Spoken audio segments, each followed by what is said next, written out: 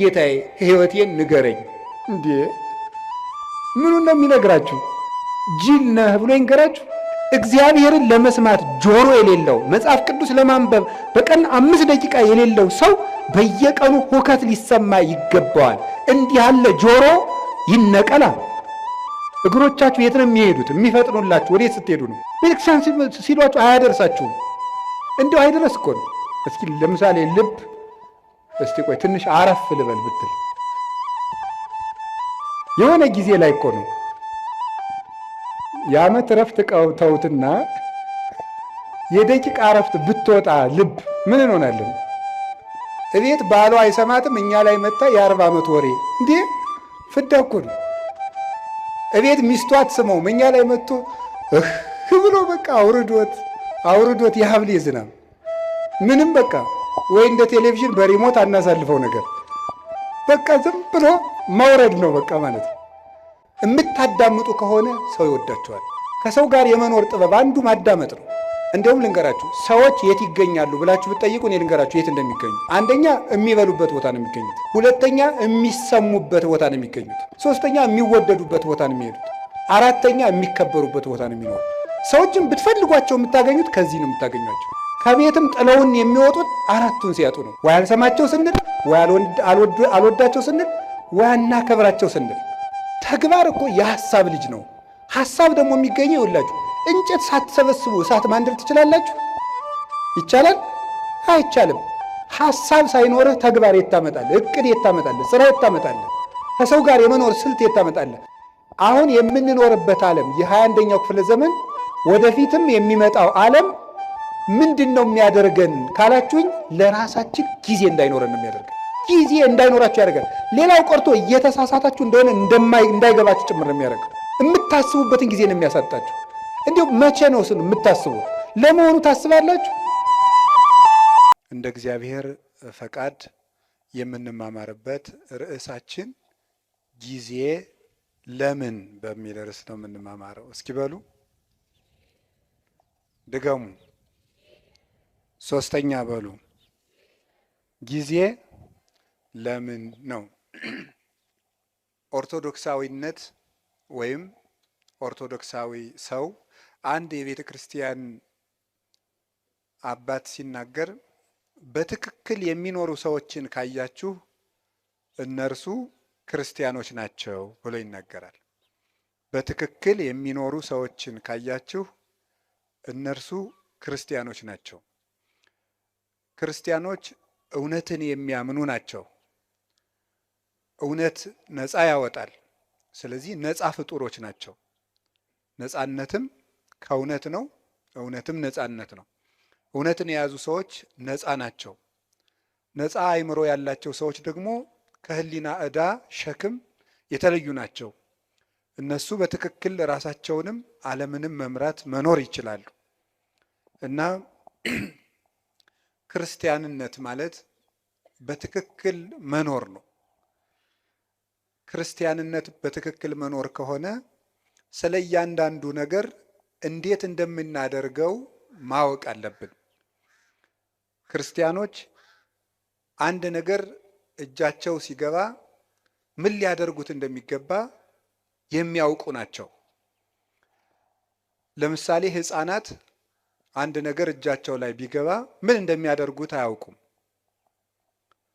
በብዙ ልፋት የተገኘ ተቆፍሮ የተገኘ ወርቅ ወይም ዕንቁ ወስዳችሁ እጃቸው ላይ ብታስቀምጡ ወይ ይጫወቱበታል፣ ወይ ይወረውሩታል፣ ወይም ደግሞ ጭቃ ውስጥ ሊጥሉት ይችላሉ። ስለዚህ እንደዚያ እንዳይሆን የበሰለ ሰው ምልክቱ እጁ ላይ ያለውን ነገር ምን እንደሚያደርገው ማወቅ ነው። የተናቀውን አያከብርም፣ የከበረውንም አይንቅም ማለት ነው። መልካሙን ክፉ አይልም፣ ክፉውን መልካም አይልም። ነቢዩ ኢሳይያስ እንደነገረን አሌ ሎሙ ለለ ይብልዎ ለእኩይ ሰናየ ወለሰናይኒ እኩየ። መልካሙን ክፉ ክፉውን መልካም ለሚሉ ሰዎች ወዮላቸው ይላል። መልካሙን ክፉ ክፉውን መልካም ለሚሉ ወይም የተዋረደውን የሚያከብሩ የተከበረውን የሚያዋርዱ።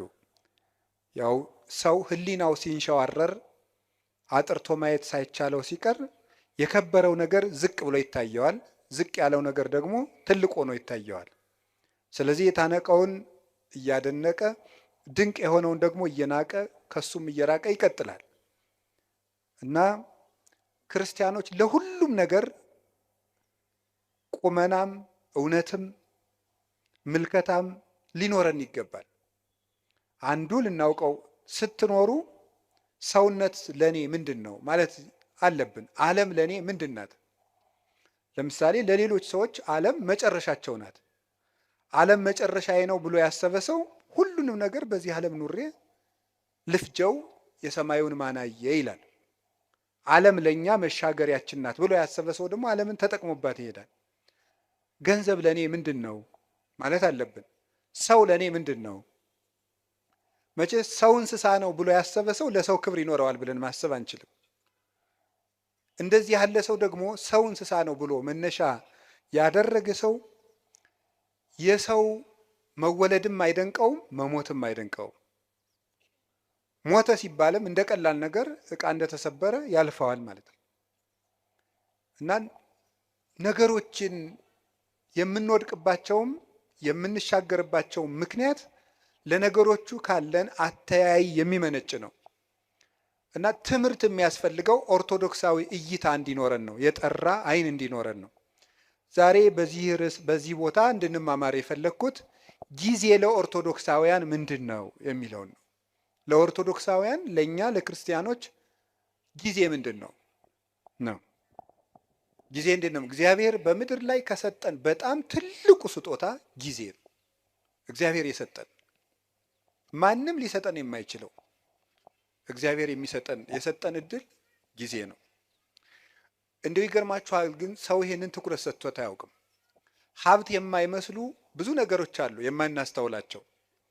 ለምሳሌ እንደው የገጠሩ ሰውም ይተርታል። ጤና ሀብት አይመስልም ይላል፣ ውሃ ገንዘብ አይመስልም ይላል። የጤና ሀብትነት ለሰው አይረዳውም። ብዙ ጊዜ የውሃ ሀብትነት አይረዳውም።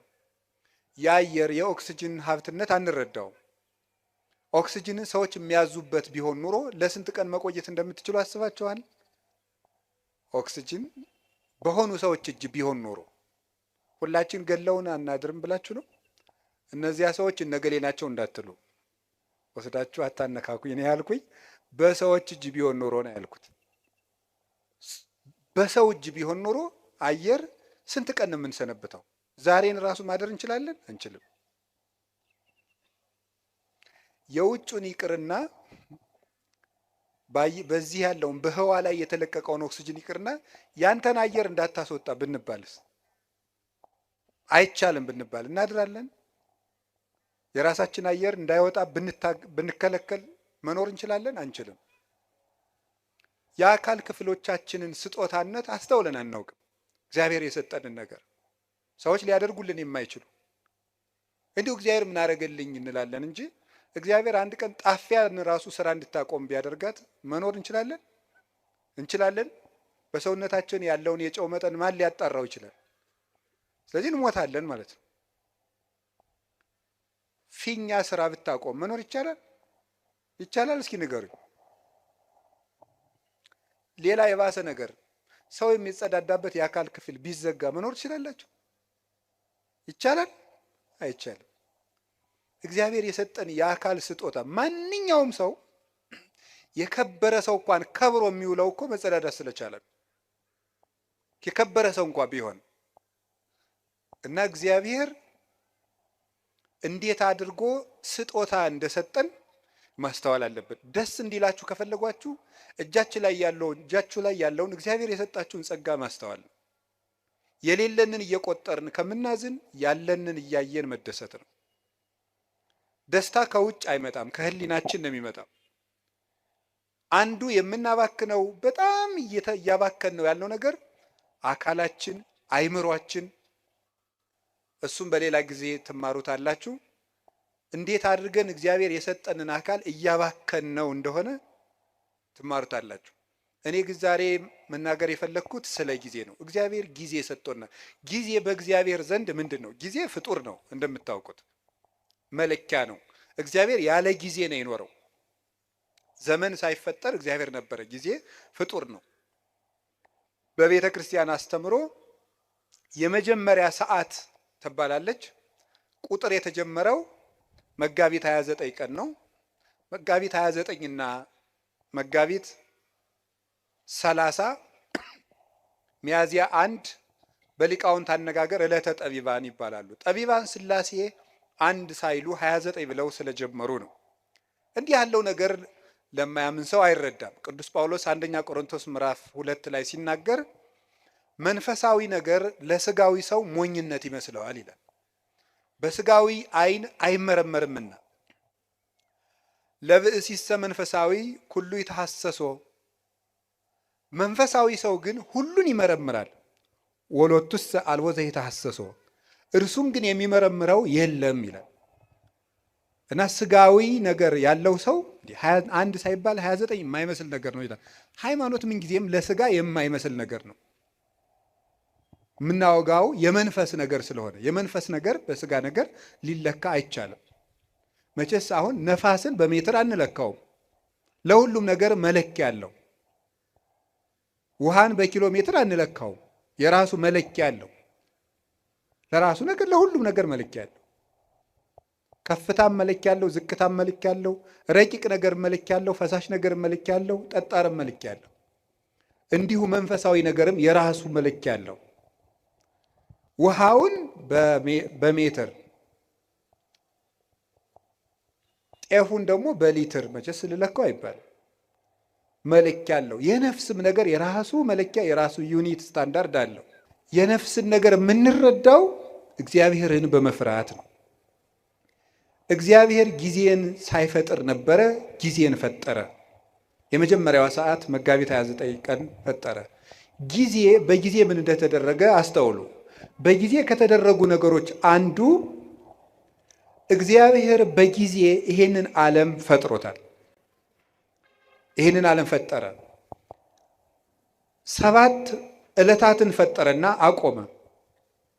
7 ዕለታት በዕብራውያን አነጋገር 7 ቁጥር ፍጹም ቁጥር ተደርጎ ይነገራል።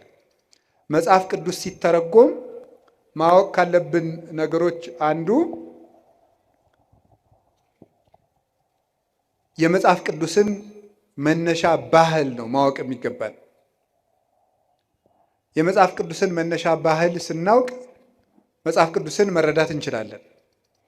ስለዚህ በዕብራውያን ወይም በእስራኤል ባህል 7 ቁጥር እንደ ፍጹም ቁጥር ይቆጠራል። በኢትዮጵያ ለምሳሌ 10 ቁጥር እንደ ፍጹም ቁጥር ይቆጠራል አይደል? አታውቁም? ለምሳሌ የሆነ ሰው 10 ጊዜ አጨቅጭቀኝ ይላል። እናንተ ግን 3 ጊዜ ብቻ ሊሆን ይችላል ያላችሁት። ለምንድን ነው 10 ጊዜ የሚለው? ጭራሽ ማለት ነው፣ ፍጹም ማለት ነው። ምን 30 ጊዜ ይጨቀጭቀኝ ያላያ ይላል። እስመ ሁልቆ ሳብዕ በሀበ ዕብራውያን ፍጹም ውእቱ፣ በዕብራውያን በእስራኤል 7 ቁጥር ፍጹም ነው ይላል እግዚአብሔር። ስለዚህ ምን አደረገ? 7 ዕለታት ብቻ ፈጠረ። ለምንድን ነው እግዚአብሔር 7 ዕለት ብቻ የፈጠረው ስትሉ 7ቱ ቀኖች ፍጹም ናቸው ለማለት ነው።